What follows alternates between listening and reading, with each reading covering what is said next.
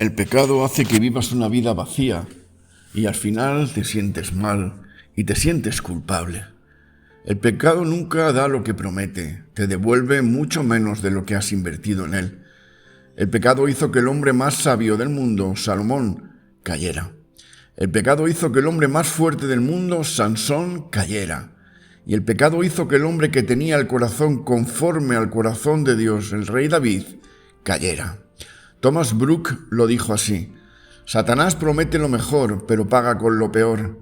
Promete honra y paga con deshonra. Promete placer y paga con dolor. Promete ganancias y paga con pérdidas. Promete vida y paga con muerte. Porque, queridos, la paga del pecado es y será siempre la muerte. Pablo lo dice con igual rotundidad en Romanos 3:23. Por cuanto todos pecaron y no alcanzaron la gloria de Dios. Según este texto, todos tienen la culpa, ya que cuando culpas a los otros, estás renunciando a la posibilidad de aceptar y de cambiar. Hay que dejar claro que hay una gran diferencia entre he cometido un error y he pecado. Cometer un error elimina la posibilidad de la responsabilidad y elimina la acción de un acto rebelde y lo convierte en un percance, en un accidente. Cuando la gente se ve a sí misma como víctima, entonces no es parte de una caída, sino que se creen implicadas en un accidente. Si no conocemos la gravedad de una enfermedad, no podemos apreciar la cura, porque si el pecado no existiera, no habría necesidad de Salvador. El pecado no es un acto, es una condición, y esa condición solo la puede arreglar alguien externo a este sistema pecaminoso. El pecado es la enfermedad y la cruz es la cura. ¿Qué es el pecado? Pues simplemente podríamos resumirlo en la incapacidad de hacer lo correcto. Esta sería, como digo, una definición simple.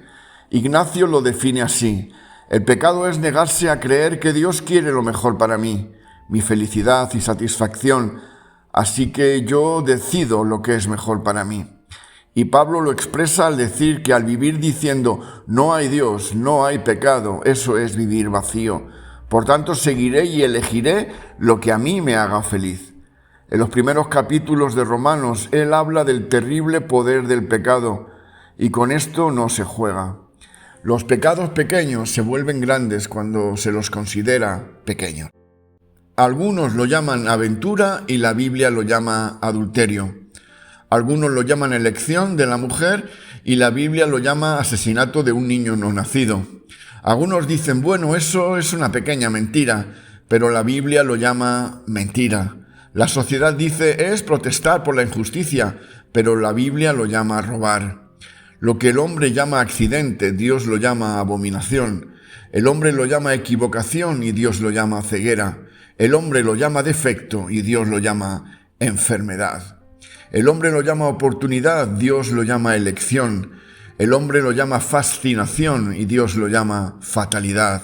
El hombre lo llama dolencia y Dios lo llama iniquidad. El hombre lo llama libertad y Dios lo llama anarquía. El hombre lo llama error y Dios lo llama locura. El hombre lo llama debilidad y Dios lo llama obstinación. Pero volvamos a la Biblia, a lo que ésta dice sobre el pecado. Lo puedes poner arriba o abajo, ponerlo de un color más claro o de otro más oscuro, pero el pecado seguirá siendo pecado. El pecado se puede sumergir en un sistema político igualitario, en leyes más permisivas, pero cada vez que salga a la superficie seguirá siendo un pecado. Pero la buena noticia es que Dios no solo puede abrirnos los ojos a esta realidad, sino que nos quiere y puede dar victoria. Cuando el pecado no existe, todo deseo interior es correcto y legítimo. Fíjate lo que dice el Evangelio de Marcos, capítulo 7, versos del 21 al 23. Porque de adentro del corazón de los hombres salen los malos pensamientos, fornicaciones, robos, homicidios, adulterios, avaricias, maldades, engaños, sensualidad, envidia, calumnia, orgullo e insensatez. Todas estas maldades de adentro salen y contaminan al hombre. Entonces, Si a estas cosas no las llamamos pecado, se vuelven legítimas y se vuelven aceptables.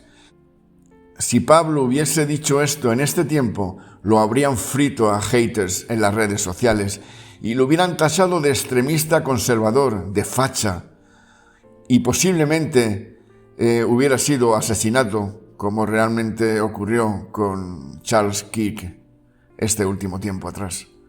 Romanos 7:18 dice: porque yo sé que en mí, es decir, en mi carne, no habita nada bueno. Hace falta mucha autocrítica y tiempo para llegar a esta conclusión. Este mito de la bondad del hombre deriva en la pregunta errónea de ¿por qué le pasan cosas malas a la gente buena? La respuesta más simple podría ser: solo una vez le pasó algo malo a alguien bueno en la historia y lo crucificaron. Y esa muerte voluntaria en una cruz nos liberó del poder del pecado que nos asediaba. Un joven predicador alemán le preguntó a otro pastor: ¿cómo evitas que tu congregación se duerma durante tus sermones? Dice: tengo un grupo de hombres que vigilan por los pasillos a los que se duermen y les di esta instrucción: si ven a alguien cabeceando o dormitando, corran al púlpito y despiértenme. Porque si predico el evangelio, nadie debería dormir, ya que Dios está haciendo algo. Si Ebenezer se duerme, la responsabilidad está aquí. Bueno, en vosotros también un poco. Una vez un joven llegó para que orasen por él, por un grave problema de adicción a la heroína, y les dijo: espósenme a este radiador, ya que si no lo hacen saldré de aquí y volveré a comprar mi dosis. ¿Saben? Lo más curioso de esta historia es que dejaron allí al joven creyendo que al estar amarrado al radiador y por voluntad propia, este aguantaría. Y a la mañana siguiente fueron allí y el radiador no estaba. Esa es la fuerza del pecado. El pecado es tan fuerte que volvió al diablo en diablo. El pecado te vuelve tonto. Mientras más pecas, más te vuelves ignorante de la realidad. El pecado no huele feo, viene bien envuelto. Es como decirle al preso: sal, y que éste no quiera salir. Que tiene de atractivo una prisión de la que saliste para volver allí, si no es la inconsciencia. Es que echamos de menos la culpa y ver al pecador otra vez frente al espejo. No hay que pensar que la gracia nos permite un pase para pecar de vez en cuando. Queridos, la gracia no se aplica si primero no hay verdad en tu vida. Si no, la gracia se convierte en licencia para pecar. Muchos no quieren la verdad y el arrepentimiento hoy día, solo buscan la amnistía. Pecar y volver a pecar porque Dios los perdonará. Ese Dios buenista que algunos pretenden predicar, que es tan bueno que al final no permitirá que nadie vaya al infierno. Yo tenía un perro en África llamado Juanito. Al bañarse, ¿sabes? Él corría como loco, pero al final iba donde estaban los cerdos y el barro y se volvía a embadurnar otra vez. ¿Qué pues diremos? Nos dice Romanos 6. ¿Permaneceremos en pecado para que la gloria abunde? En ninguna manera. Imagina que tu hijo tiene la habitación hecha un desastre. Te llama y dice: mamá, quiero que llames a toda la familia para darte la oportunidad para que todos los parientes vean que eres una mamá buena y permisiva. Imagina que llegas tarde a tu trabajo y le dices a tu jefe: reconozco que soy un holgazán, jefe, pero esto le va a dar a usted la posibilidad de mostrar su perdón y benevolencia. El pecado nos llevará más lejos de donde queramos ir, nos retendrá más tiempo del que queramos quedarnos y nos costará más de lo que queramos pagar. Tendremos que hacer lo siguiente para identificar y rectificar lo que hayamos hecho mal respecto al pecado. Primero, a mi criterio, el pecado es un residente que vive en mí. Romanos 7:17 dice: así que ya no soy yo el que lo hace, sino el pecado que habita en mí. Mi vida es como una casa. El pecado entra, y la dirige. Pero no es eso solo. El segundo, el pecado es mi carcelero. Romanos 7:22 al 23 dice: porque en el hombre interior me deleito, con la ley de Dios, pero veo otra ley en los miembros de mi cuerpo que hace guerra contra la ley de mi mente y me hace prisionero de la ley del pecado que está en mis miembros. El pecado es el carcelero y estoy encadenado. Tercero, el pecado es un comerciante al que fui vendido. Romanos 7:14 lo describe así: porque sabemos que la ley es espiritual, pero yo soy carnal, vendido a la esclavitud del pecado. Soy como una mercancía. El pecado me vendió a la lujuria, el pecado me vendió a la ira, el pecado me vendió a la locura, nos vende a la depresión, nos vende a la esclavitud. Cuando estoy en pecado, tan solo soy una mercancía. El pecado es un tirano. Cuarto, Romanos 6:12. Por tanto, no reine el pecado en vuestro cuerpo mortal, para que no obedezcáis sus lujurias. El pecado quiere reinar en mí como un dictador. No solo es mi amo, sino también es mi tirano, que quiere dominarme y cumplir su propia voluntad sobre mi vida. Dice Pablo que ni siquiera lo controlo. Quinto, el pecado es un peso aplastante sobre nosotros. Romanos 3:9 dice: ¿entonces qué? ¿Somos nosotros mejores que ellos? De ninguna manera, porque ya hemos denunciado que tanto judíos como griegos están todos bajo pecado. Como si tuviéramos un gran peso sobre nosotros que nos incomoda, que no nos deja respirar ni movernos bajo ese peso aplastante que te mantiene inmovilizado. Aparte de que tú quieras y desees moverte, no lo consigues. Sexto, el pecado es una enfermedad contagiosa. Romanos 5:20 describe: y la ley se introdujo para que abundara la transgresión, pero donde el pecado abundó, sobreabundó la gracia. El pecado es todo aquello que nos ata, que nos ataca, con el deseo de controlarnos, y es nuestro deber ministrar sobre si estás en contra del pecado, porque si lo estás, lo patearás mientras tengas un pie, lucharás mientras tengas un puño, lo golpearás mientras tengas cabeza, lo morderás mientras tengas un solo diente, y cuando esté viejo y sin pie ni puño y sin diente, lo morderás con las encías hasta que se vaya a casa en gloria, porque es una lucha constante. Sí, Jesús venció al pecado, pero la tendencia al mal sigue estando en nosotros, porque el pecado es un tirano que no se va con facilidad. El pecado es una enfermedad, el pecado es un carcelero, el pecado es un comerciante, el pecado es un peso aplastante. El pecado me vende, me mantiene cautivo, me infecta a mí y a los míos. Es un dictador terrible que abusa de mí. Primero te cautiva y luego te asesina. Es un problema que no puedo solucionar por mí mismo ni por medio de otros. Cuando lees Romanos 7, tu corazón se llena de emoción. Fíjate los versos del 17 al 25. Así que ya no soy yo el que lo hace, sino el pecado que habita en mí, porque yo sé que en mí, es decir, en mi carne, no habita nada bueno, porque el querer está presente en mí, pero el hacer el bien no.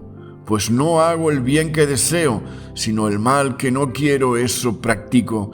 Y si lo que no quiero hacer, eso hago, ya no soy yo el que lo hace, sino el pecado que habita en mí. Así que, queriendo yo hacer el bien, hallo la ley de que el mal está presente en mí, porque en el hombre interior me deleito con la ley de Dios, pero veo otra ley en los miembros de mi cuerpo que hace guerra contra la ley de mi mente y me hace prisionero de la ley del pecado que está en mis miembros. Miserable de mí, ¿quién me librará de este cuerpo de muerte?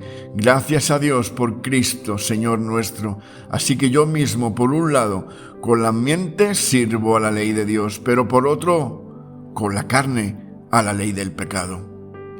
Cuando Jesús llega, rompe el poder del dictador. Él deja en quiebra al comerciante. Él abre los cerrojos de las puertas de las prisiones y Él me da un certificado de buena salud para mi enfermedad. Él me libera de ese peso que estaba atado a mí, porque solo Él me libera. Ser perdonado no es solo poder ir al cielo. El perdón es una revolución, es la caída del dictador, el perdón de un solo golpe, de una sola vez y para siempre, porque la sola presencia de Jesús al diablo le quema. Cuando Jesús entra en el corazón, le dice al pecado: no hay lugar para los dos, debes irte tirano, debes irte dictador. Si eres cristiano y aún estás bajo el peso del pecado, es hora de que éste desaloje.